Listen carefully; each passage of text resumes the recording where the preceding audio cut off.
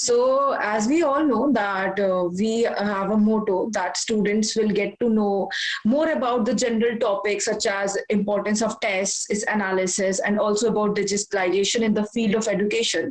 So, sir, how do you think that these things are important as per the changing pattern of education? Look, tests have been very important right from when this education revolution started. Tests have been very important. Now, my thinking of a test is a bit different. I prefer to take oral tests. I used to ask students and get their responses. That way they can develop confidence also, not just written test, but oral tests are also quite important and they should be given importance.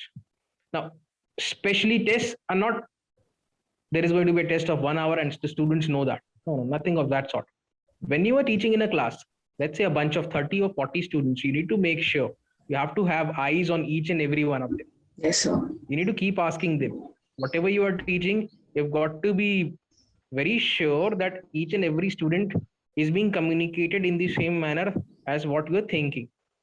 Yes, sir. In that process of teaching, you need to ask them questions very normally, very casually, so that when they answer, they develop the confidence. This is something which has happened with me also. If I am confident with a particular topic and a teacher asks me a certain questions about that, and if I am able to answer that question, the confidence level rises. Yes, sir. That Right? happens. So Yes, sir. it is the responsibility of a teacher to make sure that the confidence level of each and every student keeps on gradually rising. Okay, so Yes, sir. this is how I gauge what testing is. Number one. Secondly, as far as written tests are concerned, they should be conducted periodically.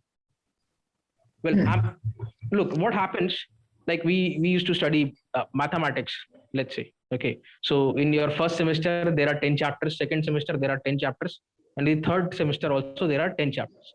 So when you finally reach third semester, you have the load of first and second semester also, because some chapters will be coming from there also. Yes, So sir. there is a huge load, and in that huge load you need to cram up a lot of things, not just mathematics. If you study literature also, history also, science also, so this is all about cramming stuff. What I prefer and how I gauge students is a chapter wise gauging.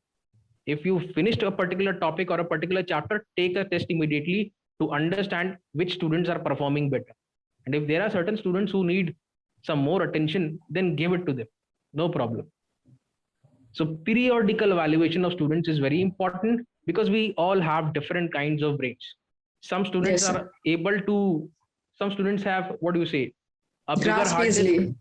Grasp easily. They grasp easily.